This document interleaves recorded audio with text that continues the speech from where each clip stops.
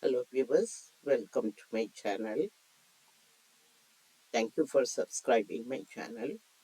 And as per this analytics, 97% of the viewers are not subscribed yet. So please do subscribe and share with your friends and those who are interested in this type of videos. Okay, so let us get into the video now. This is chapter dissolution of partnership and it is piecemeal payments. Okay. The last method in piecemeal payments, that is highest relative capital method. Okay. So what is the concept? The partner who has contributed greater proportion of capital to his profit sharing ratio is first paid off. If you don't understand, don't worry. When you see the solution of the sum, you'll be able to catch it up. Okay. So in this, we have to find out highest relative capital method. Capital. What is the highest relative capital? Very simple.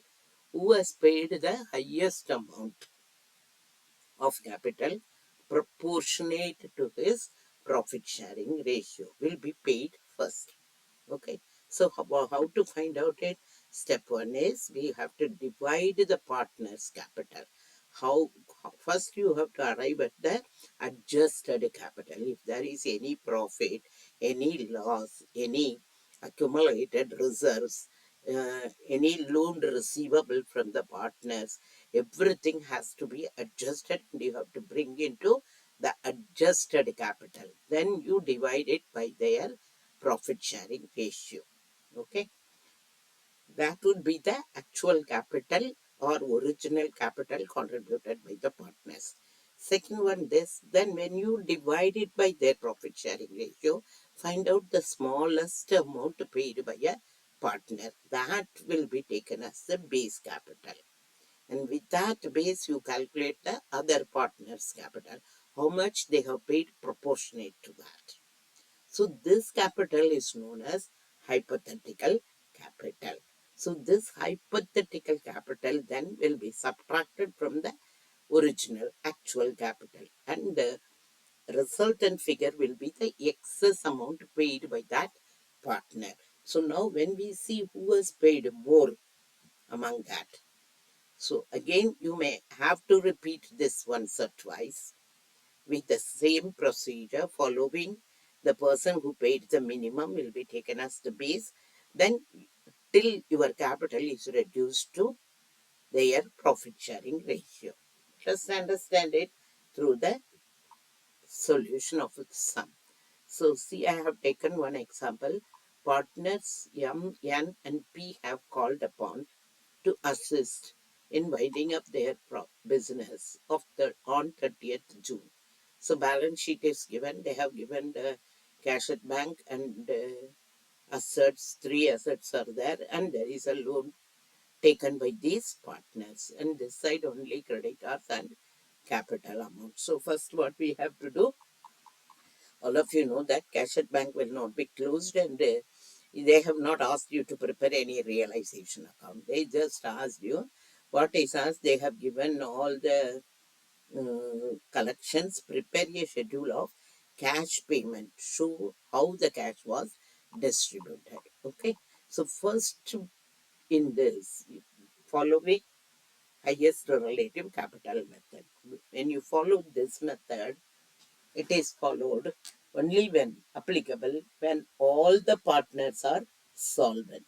Okay, this method is also known as surplus capital method, proportionate capital method. Okay, so now how this capital is distributed, let us get into that. First we have to find out the highest relative capital.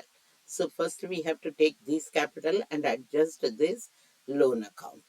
Okay, so let us see this. See here, the balance of capital is 67,000, 45,000 and 31,500. Loan taken by M is 12,000 and N is 7,500. There is no other accumulated profit, loss, general reserve, nothing is there. So we subtract this amount and come to the original capital. This is adjusted capital, 55,000 and 37,500 and 31,500. So I have, as I have already told you, you have to divide this by their profit sharing ratio. Profit sharing ratio is given as 5 is to 3 is to 2. So when you divide this by 5, it is 11,000. 37,500 divided by 3 is 12,500 and 31,500 divided by 2 is 15,750. Now who paid the less amount? This M has paid the least amount. So this will be taken as base. Then we will multiply it by their per share. This 11,000 days per share he paid this much capital. So for 5 shares he would have paid 55,000. Okay. And for this fellow, for 11,000 into 3, he should have paid 33,000. Okay. And for this fellow, he should have paid 22,000. So he paid 55 and already 55 is there. So there is no excess amount. But here he should have paid 33, but he paid 37,500. So it is 4,500 unpaid excess. And he should have paid 22,000. Actually, he paid 31,500. And what is the surplus amount he paid? 9,500. Now see here again, this fellow paid extra and this fellow also paid extra. Now who has paid the highest? Again we have to repeat this process. Here we have to again divide it by their profit sharing ratio. Now this fellow is not there. Only comparison is between N and P. So their PSR is 3 and 2. For 3 share he paid 4,500. So per share he paid 1,500 extra. He paid per share 4,750 extra. So for 3 shares he has paid 4,500 extra, so there is no excess amount of excess. Okay. Now for 2 share, he should have paid excess 3,000, but he paid excess 9,500. So the difference is 6,500. So he has paid the highest amount, excess plus capital, highest amount paid by P. So he will be paid first. This amount will be paid first after payment of all outside liabilities. Okay. Secondly, we will pay 4,500 and 3,000. Okay, this amount will be paid. And third step is we will be making this payment. So it is written as proportionate capital, taking M as base capital. This will be paid at last. Okay, here this is the revised proportionate capital. 4,500 and 3,000. And this is excess revised proportionate capital. So wherever you write proportionate capital, that will be paid. First this ranking, next this will be paid, and third this PSR ratio proportionate capital will be paid. Okay. Now let us see how the payment is made. They have not given the detail here. So I just made the detail here so that it is easy to understand. Okay. Sorry. So here is 6,500 is the opening balance. There is a overlapping here. So I didn't watch it before. So I'll just explain, you understand. 6,500 is your opening balance. And in July, they have collected 16,000 from debtors and 10,000 from entire stock. So plus 26,000. So that comes to 32,500. So 16,000 plus 10,000 plus 6,500 is 32,500. They have paid the liquidation expenses 1,000 rupees. So 1,000 rupees is subtracted here. Okay. So now we are left out with the balance of 31,500. Okay. So this 31,500, they have asked you to retain a balance of 8,000. So we cannot spend it. That we have to keep the balance. Only 23,500 is allowed to distribute. Out of this 23,500, we will be making the payment of creditors first. That is 17,000. So we are left out with the balance of 6,500. And we know that P is to be paid 6,500 first.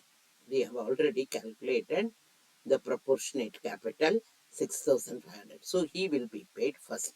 So now here they have shown, I have taken the solution just to save time. Balance was only 17,000, 23,500 was there. Creditors balance was 17,000.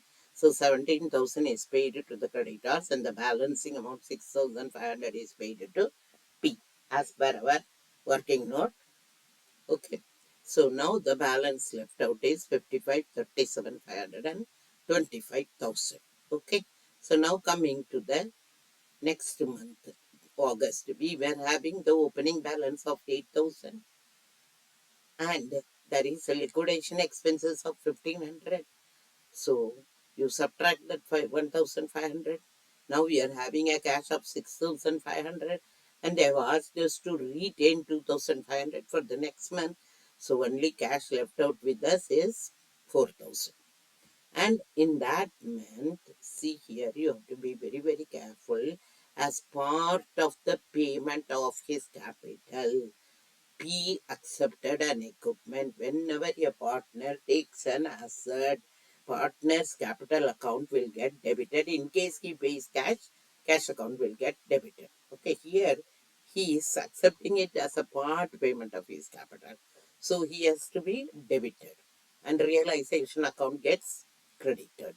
P accepted an equipment of 10,000. There is no value for this book value. Don't go for that. We know in a dissolution of partnership, whatever the amount realized is only matters. We are not going for book value. How much it is sold, whether there is loss for each this thing. We only find out the total loss or profit that will be distributed among the partners. Okay. So now 4,000 is available with this cash and an equipment is gone out to the value of 10,000 rupees. Okay, see here now coming to this equipment cash paid to N is 4,000 rupees and equipment given to P of the value of 10,000 rupees. So now the balance comes to 55,000, 33,500 and 15,000. As per our statement, we have to make payment of 4,500 and 3,000. But we were not having cash. We were having only cash 4,000. So we made payment of 4,000. Yet we have to make a payment of 500 to this N and we have to make a payment of 3,000 to this fellow. But this amount is subtracted from his capital because he has accepted an equipment. It is the value of equipment which is because he accepted as part payment of his capital. So he is saying that you have made a payment. So we have made a payment of 10,000 rupees. You can take it as 10,000 rupees or you can take it 7,000 extra and come back. But for betterment, you take it 10,000 is paid. This 3,000 is not yet paid. Okay. And 500 is not yet paid. Okay. Only 10,000 value of part payment of his capital. 10,000 is equipment is given to him. Okay. Now the balance is 55,000, 33,500 and 15,000. Now you don't go into that. You may not be able to understand it so clearly. So I made here. Okay. So now we will see in September. So we are having an opening balance of 2,500 and we have received 75,000 remaining plant and equipment. So we got 77,500 and the liquidation expenses is 1,000. So we are left out with 76,500 cash. And we know that we have to make payment of 500 to this fellow because we made payment already 4,000. So 500 we have to make payment 3,000 to this fellow. So I have subtracted that amount 500 from paid to N and P 3,000. So we are left out with a cash of 73,000. Now here it is very, very important because The company has given its equipment of value of 10,000 to P.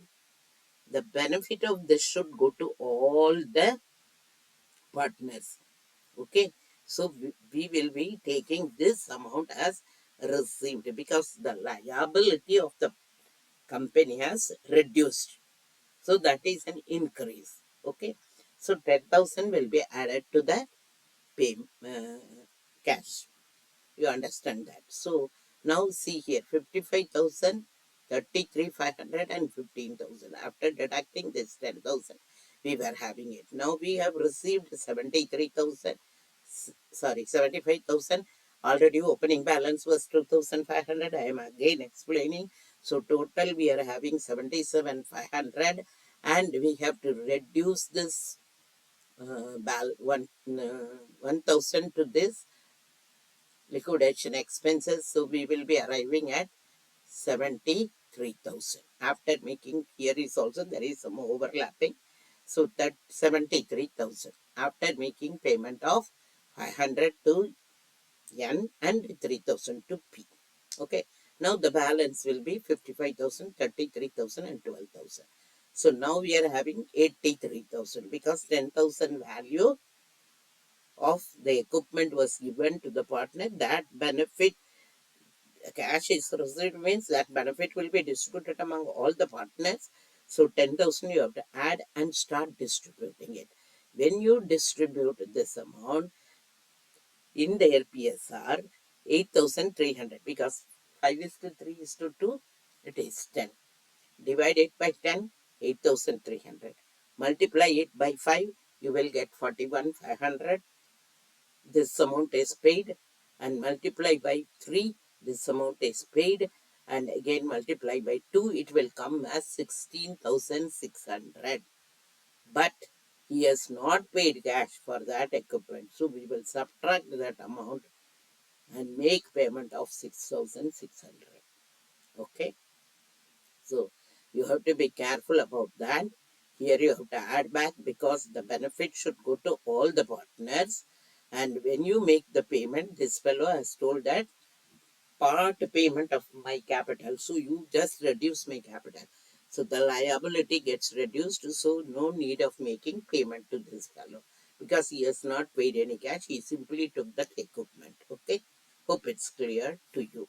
So the actual loss comes to 13,500, 8,100 and 5,400. This also you can check it out. It will be in the perfect PSR. 5 is to 3 is to 2. For your better understanding whether this amount what we arrived at is right, I have prepared the realization account also. The question doesn't ask you to prepare the realization account. Only for your better understanding, I have prepared the realization account. Transferred the assets. See, assets were for 22,000, 13,500, 99,000. There were three assets. So 22,000, 13,500 and 99,000. Okay. And the realization expenses in July is 1,000, August 1,500 and September it is 1,000. Okay. And we have made payment to creditors. So when you make payment to creditors, the realization will get debited to bank account. That I brought this side. And liability, there is only one liability, creditors, it transferred to realization account. Now we have received payment. So bank account will get debited to realization. For debtors, it is 16,000, 10,000. This is in the month of July. And in August, P has taken the equipment. So P's capital account will get debited. That's why we didn't make payment here. Capital account is debited and to realization is credited. And plant and equipment in September has realized is 75,000. So when you total this side total is more. 1,55,000, 1,55,000. The balancing figure. When debit is more, there is a loss. This 27,000 loss is distributed in PSR 13,500, 8,100 and 5,400. See, this amount gets matched here. Okay. So then your sum is right. Hope it's very clear. Still, you can go through this uh, uh, note as well as my handwritten note and as well as your sum also. So if you practice once or twice, you will be able to do it. But you have to keep it in mind that for not forgetting it, because you may think that it is clear, but after a week when you start, you may not be able to do it as fast as you could do. So you may stuck up. So for that, what you have to do, you have to practice it every 5 days, minimum five, or at the maximum within 7 days. You have to repeat these things, and you just make a memory. You just imagine the sum and close your eyes and imagine it so that it gets deeper into your brain. And whenever you recall it, you will be able to get it faster. Thank you for watching my videos.